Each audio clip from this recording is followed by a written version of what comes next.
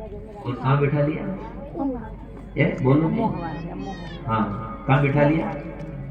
नरक से तो उठा लिया, और उठा लिया में छोड़ दिया। कितनी बड़ी कृपा है।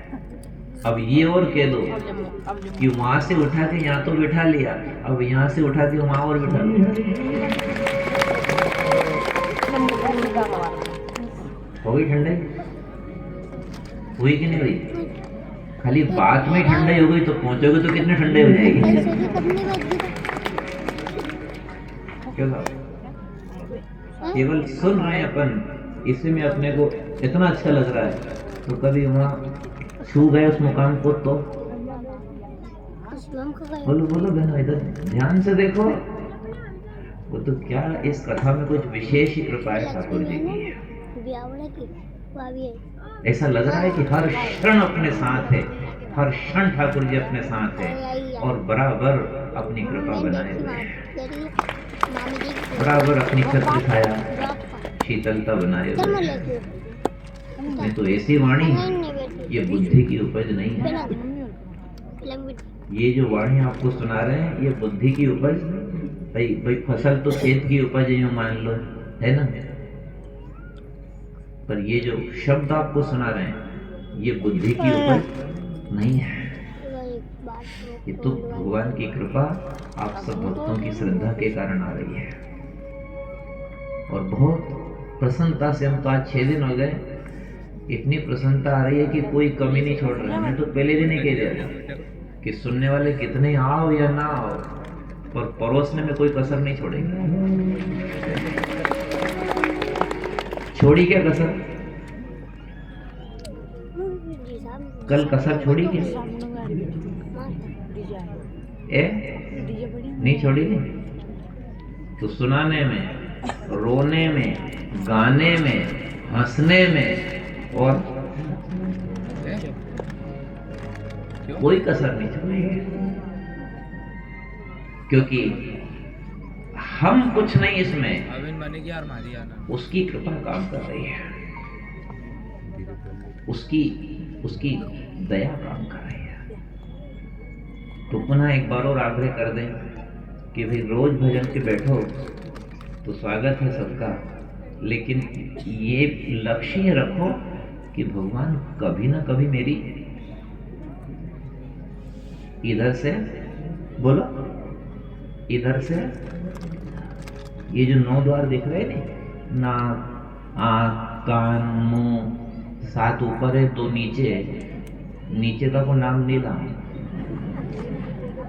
नाक, मुंह, कान, है ना, 2 कान, 2 ये 2 2 4 और 2 ये आँख, 6 और 1 ये, कितना? 7 और 2 9। ये 9 द्वार है इधर नीचे के, और 1 द्वार है ऊपर जिसको अमृत का द्वार कहते हैं। और वहां जैसे आप ध्यान लगाते हो भगवान के चरणों का, तो वो द्वार धीरे धीरे धीरे धीरे खुलता है। वो द्वार खुलता है, और वहां जब आप बैठते हो वो है समाधि। और उस समाधि में जो रस आ रहा है वो रस आप नहीं लोगे, और ये सोचोगे कि ये प्रकाश जिस प्रकाश से प्रकाशित हो रहा है वो मेरा लक्ष्य है, तो फिर आप सत्वगुण से भी ऊपर उठ जाओगे, रस लेने से भी ऊपर उठ जाओगे। ये हो जाएगी आपकी मुक्ति। इसे कहते हैं मुक्ति। तीनों गुणों से ऊपर उठना क्या होता है? मुक्ति। अब रजोगुण में क्या है? नए नए काम करो सुख के लिए, ये रजोगुण है। तमोगुण में सुख भोगो, चाहे नींद का भोगो, फालतू की बातें जिनमें कोई सार नहीं है। अपन गांव में कहते हैं कांदा छोलनी, कोई सार नहीं निकले, छोले जाओ तो आखिरी में छोलते बच्चे हो। कांदा छोलो तो आखिरी में एक गुटली उटली निकले उनकी, छोलते छोलते छोलते छोलते आखिरी में छिलका ही। बस ऐसे संसार है, प्रमाद में ऐसे है, व्यर्थ की बातें, कोई सार नहीं। और रजोगुण में क्या है? नए नए काम करो सुख के लिए, ये रजोगुण है, प्रवृत्ति है। और ध्यान लगता है भगवान में, ये सतोगुण है, ये इसमें प्रकाश है। लेकिन ये तीनों नहीं अटकना, अपने को और इससे आगे बढ़ना है, तो फिर वो है मुक्ति, वो है भगवान का धाम प्रेम वैकुंठ, जहाँ जाने के बाद वापस आना नहीं होता है, और जहाँ जाने के बाद वो रस मिलता है, वो रस मिलता है कि फिर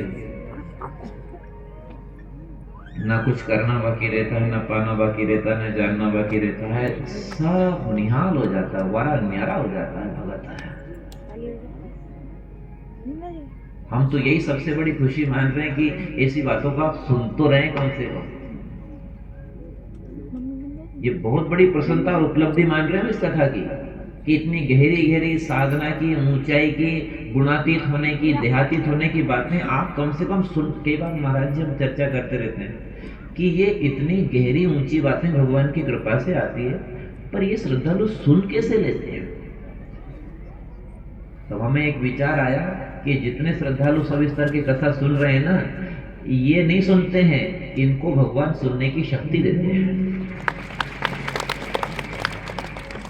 नहीं तो ऐसी गहरी बातें, पलटी लगने की बातें, माया से ब्रह्म की ओर, भोग से भगवान की ओर, नश्वर से ईश्वर की ओर, ऐसी बातें सुने तो झिलती नहीं है लोगों को। तो पर हम अपने आप को सौभाग्यशाली मानते हैं और धन्यवाद देते हैं आप सब भक्तों को कि ऐसी गहरी साधना की बातें भले हम नहीं कर पाते, पर सुन भी रहे हैं तो नुकसान में नहीं रहेंगे, संस्कार तो साथ लेके जाएंगे ही। ऐसा भी होता है,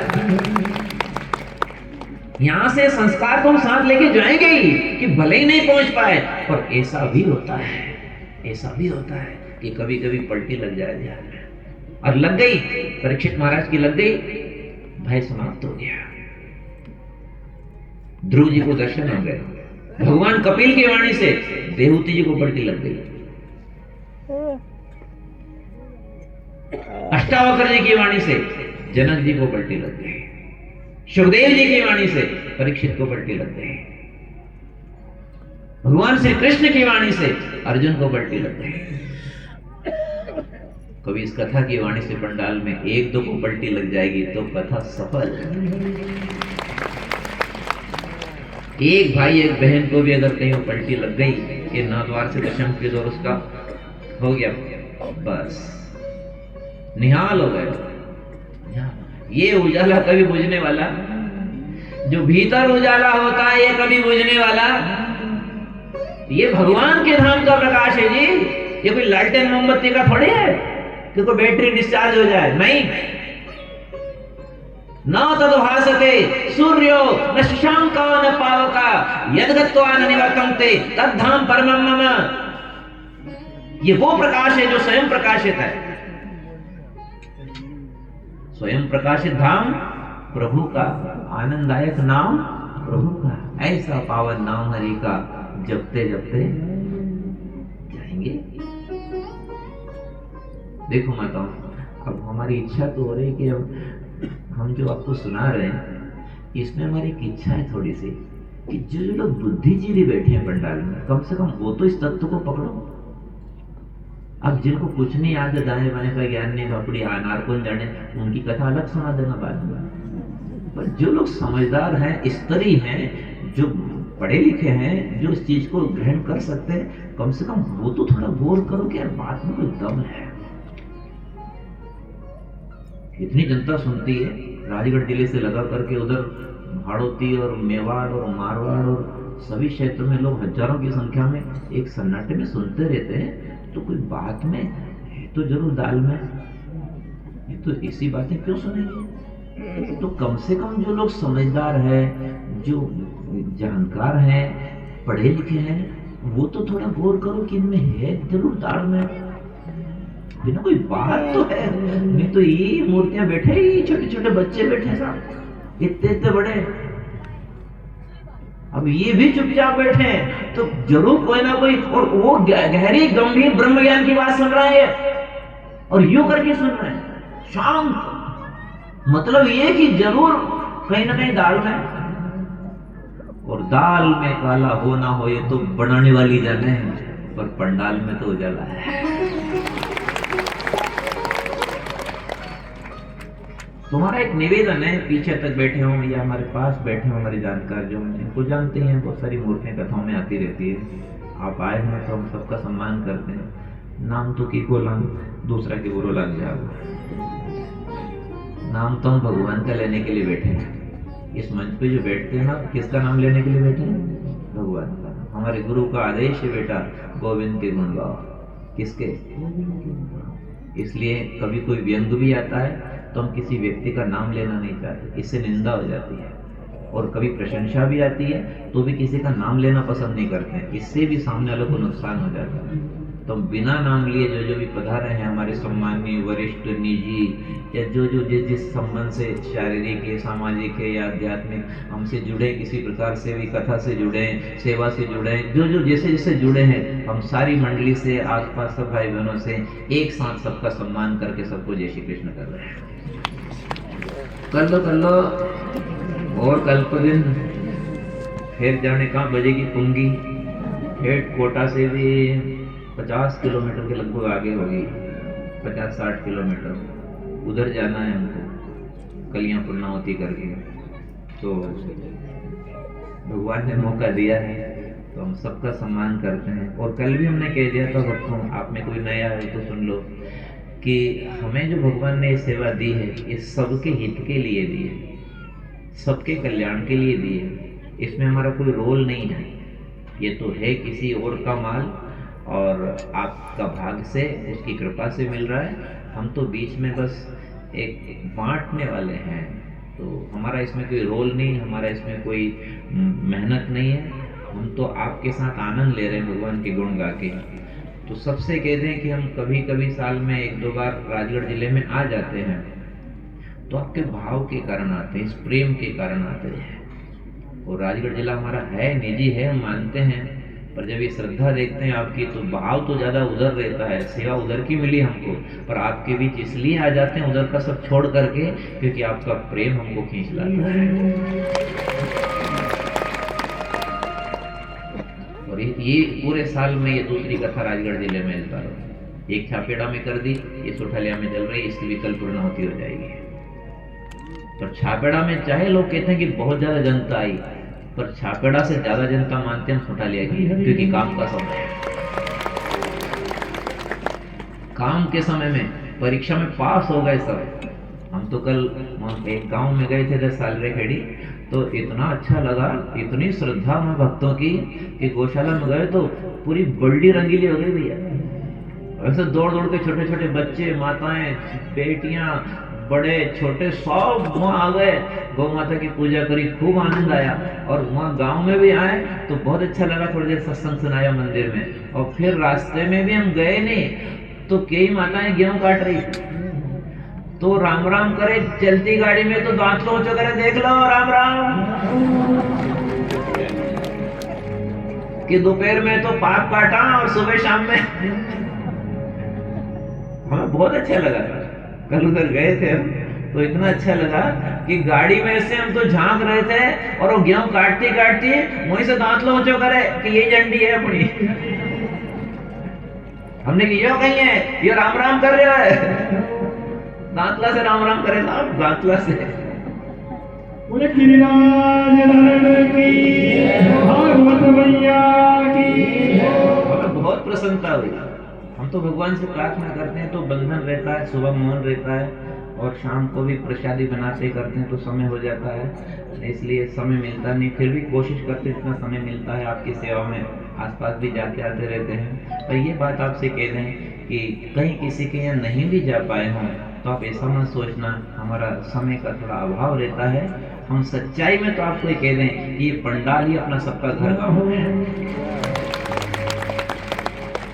यही अपना सबका है। और अगर मौका मिले तो हम आपकी सेवा में, हम कोई पक्षपात भी नहीं करते हैं कि ये छोटा बड़ा अपना पराया, ऐसा कुछ नहीं है, सब भगवान का स्वरूप है। पर ये जरूर है कि हम अगर आपके यहाँ समय दे रहे हैं तो आपसे निवेदन करते हैं कि आप चाहे धन मत दो, हमें कोई मान प्रशंसा मत दो, हमें कोई भेंट दक्षिणा मत दो, और जो बात आपको बता रहे हैं ये मान लो भले ही ना कर सको तो बात की बाद में सोचेंगे। आप तो ये मान लो कि जिंदगी में ऐसी पलटी भी लग सकती है जहां काल की जालनी है। ऐसी पलटी जिंदगी में लग सकती है, इसको मान तो लो कि हाँ ये बात हो सकती है, कम से कम स्वीकार तो लो कि हाँ हो सकती है। करो नहीं करो बात की आपकी राजी हो तो बात की बात सोचेंगे, पर इस कथा से कम ये स्वीकार तो लो कि हाँ हाँ ऐसा भी होता होगा, कि ध्यान में ऐसी पलटी लग जाए कि मौत ही मर जाए। मौत सबको मारती है पर ध्यानी मौत को मार देता है, वो मृत्युंजय हो जाता है, वो काल विजयी हो जाता है। ऐसा भगवान ने जीवन में अपने को मौका दिया है, मानते क्यों नहीं? कौन सी दक्षिणा मांगते हैं आपसे, कौन सा आपसे धन मांगते हैं कि आप ये दे दो? हम तो आपको समय दे रहे हैं, अपना दाल रोटी लाते हैं, खाते हैं, बनाते पाते हैं, कुछ मांगते नहीं, कुछ चाहते भी नहीं आपसे, और सबको पता भी है, बार बार कहें तो अच्छा भी नहीं लगता, लेकिन हम आपकी सेवा करते फिर रहे हैं, दौड़ते फिर रहे हैं, जहां भी आते जाते हैं, तो हमें इससे क्या स्वार्थ है? क्या लेना देना बताओ? कोई पैसा नहीं चाहिए, कोई आपसे दान दक्षिणा नहीं चाहिए, कोई आपसे काजू बादाम नहीं चाहिए। हम तो कोशिश करते हैं कि कोई दूध देता उसको पैसे वापस दे दें, सब्जी लाते हैं उसके पैसे दे देते हैं। अपने हिसाब से अपना जीवन यात्रा कर रहे हैं, कम से कम कुछ मत दो, ये मांग तो लो कि खाना पीना भोगना जीवन का लक्ष्य नहीं है, ये तो जानवरों को मिल जाता है, ये किसी योनि में मिल जाएगा, लेकिन मानव जीवन का असली लक्ष्य यह है कि हम ध्यान करके भगवान का और परमात्मा के चरणों के सहारे उस मुकाम पे पहुंच सकते हैं जहां मौत भी हमको छू नहीं सकती। सच्चे दरबार की हम मृत्युंजय हो सकते हैं, वहां पहुंच सकते हैं हम सभी, और आपकी श्रद्धा हो तो अभी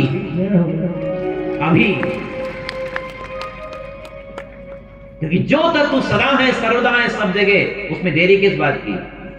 देरी हमारी कमजोरी की देरी है, बाकी भगवान से मिलने में देरी।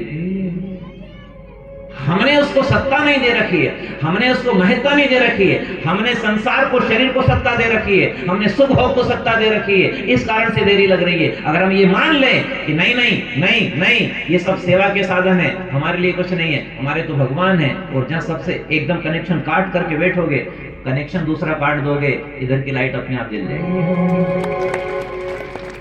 ये कनेक्शन ज्यादा दे रखे हैं इसलिए फॉल्ट हो रही है, लाइन बार बार फ्यूज उड़ा रही है, छोरो मारो, छोरी मारी, धन मारो तो फ्यूज उड़ रहा है, होश उड़ रहा है लोगों का। लेकिन ये कनेक्शन काट दो, मेरा कोई नहीं संसार में भगवान को जोड़ के, फिर बैठो, हद की लाइट जल जाएगी। देरी का काम नहीं।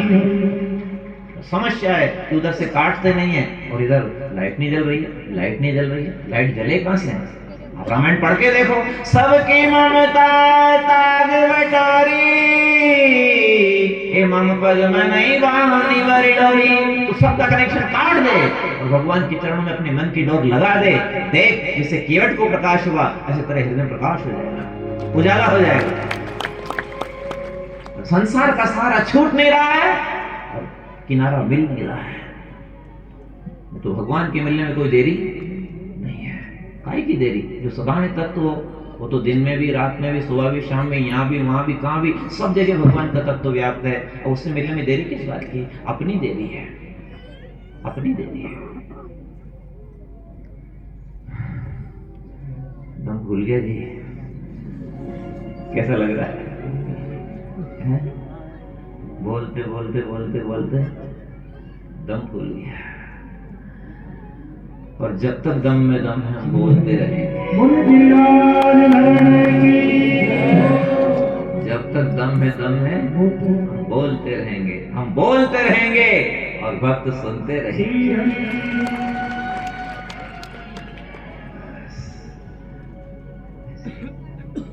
सुन मन उन संतों की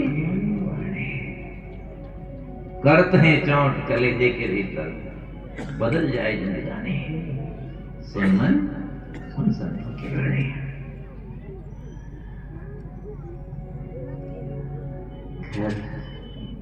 आगे बढ़ रहे हैं, ये ब्रह्म विद्या की देन है। आजकल के जो बच्चे पढ़ते हैं ना, आज बच्चे भी दिख रहे हैं, तो ये विद्या है। विद्यालय में विद्या पढ़ाई जाती है, और सत्संग में महापुरुषों के यहाँ, आचार्यों के यहाँ, संतों के यहाँ ब्रह्म विद्या पढ़ाई जाती है। ये ब्रह्म विद्या माया के बंधन को काटती है।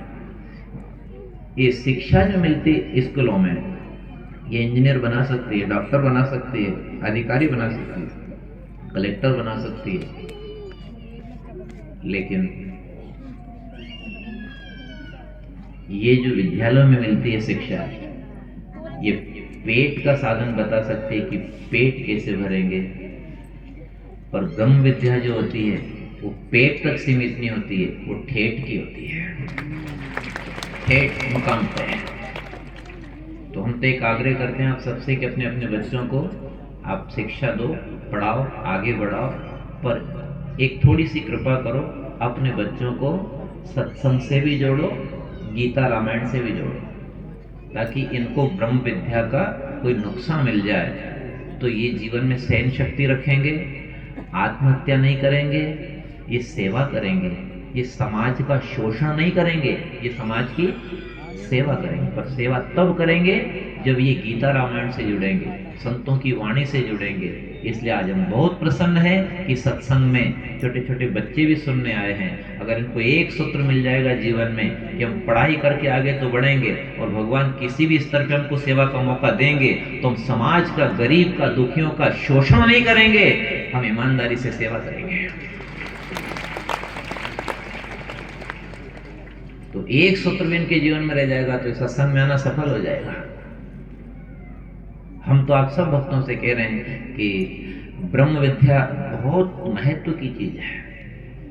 और आज जो कथा आ रही है, जो लीला ठाकुर जी की कि वृंदावन से मथुरा आ गए और मथुरा में कंस को समाप्त करके और माता पिता की जो बंधन थी, कैद थी, वो छुड़ा करके उग्रसेन को राज दे करके दोनों भाइयों का यज्ञोपवीत संस्कार हुआ और ये विद्या पढ़ने के लिए उज्जैन पधारे। मालवा क्षेत्र अपना ही क्षेत्र है, सौभाग्यशाली अपन कि अपने क्षेत्र मालवा में भगवान पढ़ने आए हैं। जिनकी कथा अपन सुन रहे हैं ये भगवान अपने क्षेत्र में पढ़ने आए। बताओ कितना महत्व का क्षेत्र होगा अपना, कितना सौभाग्य अपना। हम सब कितने अहोभागी हैं कि अपने क्षेत्र में उज्जैन में, अवंतिकापुरी में भगवान श्री कृष्ण बलराम साक्षात लीला पुरुषोत्तम विद्या पढ़ने के लिए सांदीपनी महात्मा के आश्रम में शिप्रा किनारे सेवा करते हैं, कठोर से कठोर सेवा करते हैं, भूखे रह के सेवा करते हैं और विद्या पढ़ते हैं। और गुरुदेव को प्रसन्न कर लिया, गुरु माता जी को प्रसन्न कर लिया और वो विद्या पाई जो विद्या कुरुक्षेत्र में गीता बनकर के सारे जगत का कल्याण कर रही है।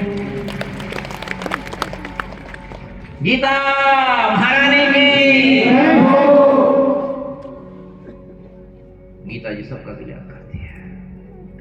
गीता जी कोई संप्रदाय का ग्रंथ नहीं है, गीता जी केवल हिंदू का ग्रंथ नहीं है, गीता जी मानव मात्र के कल्याण का ग्रंथ है। उसमें कभी नहीं लिखा कि ये फलाना लिखाना, ऐसा कुछ नहीं। वो आत्मा से जुड़ा हुआ ग्रंथ है। वो जो समझदार हैं, जो विज्ञ पुरुष हैं, गुणवान हैं, वो किसी संप्रदाय के हों, गीता जी का सम्मान करते हैं। गीता जी का सम्मान सब करते हैं, क्योंकि उसमें जो बातें हैं, उसमें जो विद्या है, वो सीधा अंदर प्रकाश करने वाली है। गीता महान है क्योंकि अपने गोविंद की वाणी है। गोविंद की वाणी गीता महारानी, महिमा संतों ने जानी, ये महिमा संतों ने जानी। गोविंद की वाणी गीता महारानी, महिमा संतों ने जानी, ये महिमा संतों ने जानी। इस वाणी में अमृत धारा, इस वाणी में अमृत धारा। और लहर में गाओगे ना, लहर में बिना साज के बिल्कुल धीमे धीमे स्वर में जैसे मस्त होकर के गाओ, ऐसी ऐसी झंकार फूटे पंडाल में से कि लहरा दे बिल्कुल। इस वाणी में अमृत धारा, इस वाणी, ये बात, इस वाणी में अमृत धारा, इस वाणी में, बोलो आगे बोलो। श्री कृष्ण कहे बारंबार, कृष्ण कहे, हाँ हाँ बोलो। श्री कृष्ण कहे बारंबार,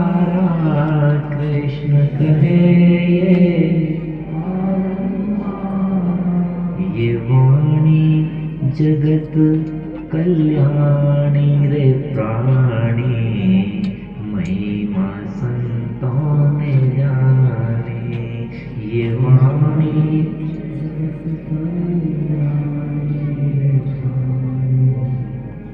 महिमा संतों ने जानी। ये वाणी जगत कल्याणी रे प्राणी, महिमा संतों ने जानी। ये वाणी, हम तो आपकी बात देख रहे हैं कि आप बोलो महिमा। ये वाणी जगत कल्याणी रे प्राणी, महिमा गोविंद की वाणी गीता महारानी, महिमा संतों ने जानी। कैसी लहरा रही है, कैसी लहरा रही है। ये नहीं मानेगा, ये दोबारा कथा करा गई।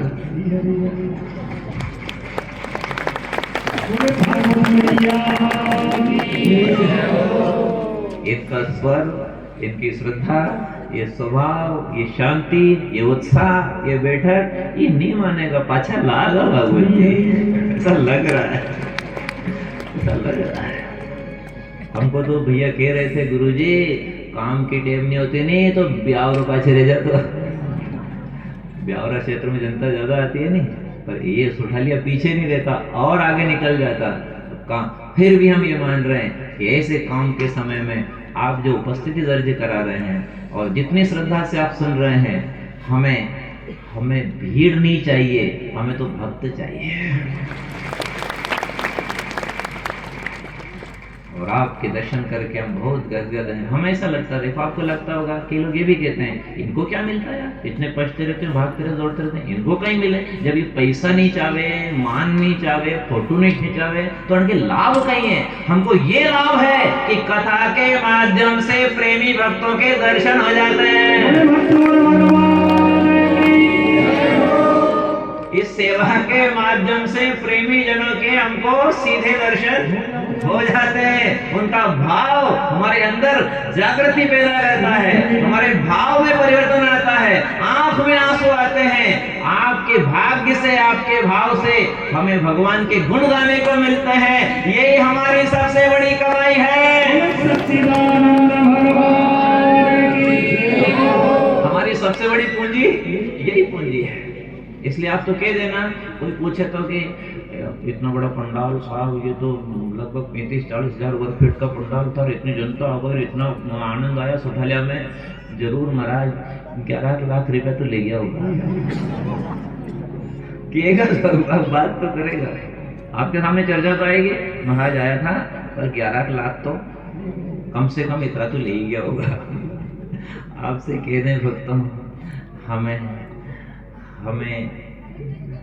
भगवान की ऐसी कोई कृपा है कि 29 साल से ऊपर हो गए। कितने बहन? पहली बार गुरुदेव के दर्शन पचोर में किए थे हमने 1997 में। कौन से सन में? 1997 में। तारीख थी 5, महीना था जनवरी और दिन था रविवार और समय था 12 बजे। 5 जनवरी रविवार को 12 बजे 1997 की बात है। तो 29 साल पूरे हो गए। पहली बार वाणी सुनी गुरुदेव की। तो क्या बताएं, यहाँ से कहना तो अच्छी बात नहीं है, पर अब अपनी अपने तो कह दें, हम अपने आप को भूल गए थे। या तो पिछला कोई संस्कार मानो, या उनकी कृपा मानो, या भगवान जाने, हमें पता नहीं। पर हमने खड़े खड़े 3 घंटे कथा सुनी थी, सबसे दूर पीछे, पहली बार दर्शन। और हम अपने आप को भूल गए थे कहाँ है, रास्ता भी ठीक से नहीं दिख रहा था। एक ही दिन सुनी थी पचोर में बस।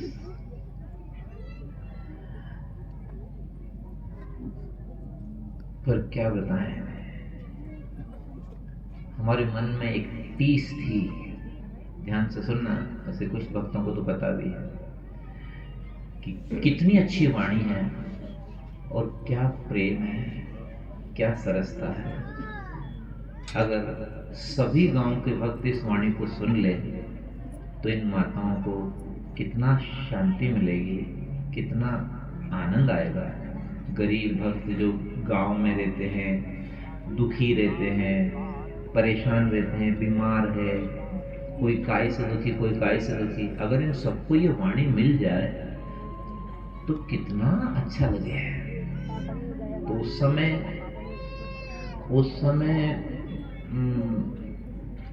टीवियां नहीं थी, मतलब कम थी, और वो कैसेट चलती थी वीसीआर घूमने वाली। तो कि एक कैसेट मिल जाए तो हम गांव-गांव दिखाने जाए कि देखो तो सही ये वाणी कैसी है, सुनो तो सही इससे क्या लाभ मिलता है। पर हमारे जीवन की कुछ परिस्थितियां ऐसी रही कि हम वो कैसेट खरीद नहीं सके। उस समय हालत कुछ और थे। अब हम मन में संकल्प था कि ऐसा हो जाए तो सबका भला हो जाए। अब गुरुदेव तो गुरुदेव है, समर्थ शक्ति अंतर्यामी सब जानते। एक बात तो सुन लो, जो गुरुदेव को एक आश्रम में मानता है, जो एक कुटिया में मानता है, जो केवल गौशाला में मानता है, केवल एक जगह मानता है, वो गुरु कृपा का पूरा लाभ नहीं ले सकता। गुरु आशीर्वाद का पूरा लाभ चाहिए तो उस सत्ता को, उस शक्ति को सदा अपने साथ मानो। 29 साल में एक दिन भी ऐसा नहीं निकला होगा कि हमको ऐसा लगे गुरुदेव हमारे साथ नहीं है। एक दिन भी ऐसा नहीं निकला होगा। ये पक्की कह रहे हो, सच्ची कह रहे हैं आप।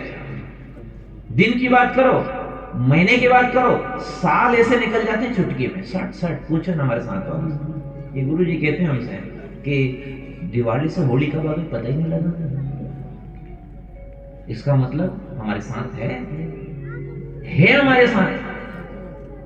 29 साल में 29 दिन भी, और 29 दिन छोड़ो 29 घंटे भी, 29 घंटे भी हमको ऐसा नहीं लगा गुरुदेव हमारे साथ नहीं है। और उसका कारण क्या था?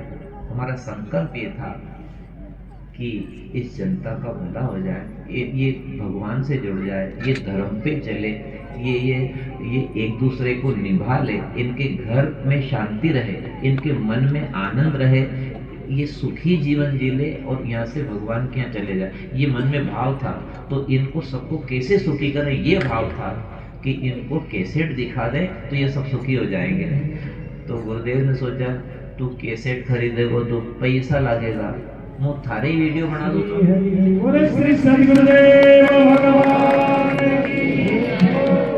भाई टीवी लाएगा, कैसेट लाएगा, उसकी लाइट चली जाए, कभी खराब भी हो जाए, स्पीकर खराब हो जाए, फिर उठा के वहां ले जाओ, भजन अलग लगे, फिर दिखाओ, फिर कनेक्शन जोड़ो, फिर ये करो, फिर बिठाओ। एक काम कर, तू ही टीवी बढ़ जा।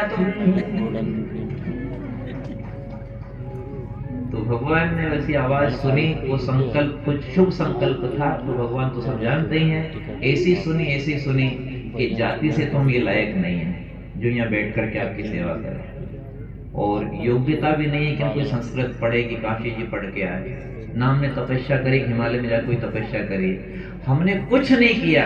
बस गुरुदेव का पल्ला पकड़ा और एक संकल्प बनाया कि ये वाणी से सबका भला हो जाए, हमें से कोई स्वार्थ नहीं है, बस सबका भला हो जाए। वो शुभ संकल्प भगवान ने सुन लिया और आप देख लो क्या चल रहा है। सच्चिदानंद भगवान की देख लो क्या चल रहा है, अपनी आंखों से देख लो। प्रत्यक्षम किम प्रमाण, प्रत्यक्ष देख लो, सबसे कह रहे सब देख लो, ये जो चल रहा है ये सब देख लो।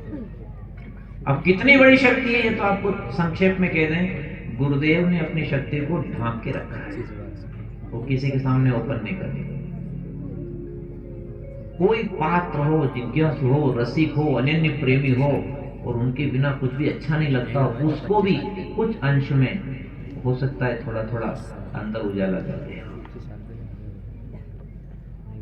बहुत महान विराट अपार शक्ति, और उन्हें ढांक के रखी है, किसी के सामने खोलते नहीं। बहुत, हम आपको क्या बताएं, हम तो फैले इस मामले में, हम तो फेल हैं, बिगड़ जाते हैं, बिखर जाते हैं, कुछ बोल देते हैं, पर हमने ये अनुभव किया है कि कैसे ढांक के रखते हैं बोलते हैं।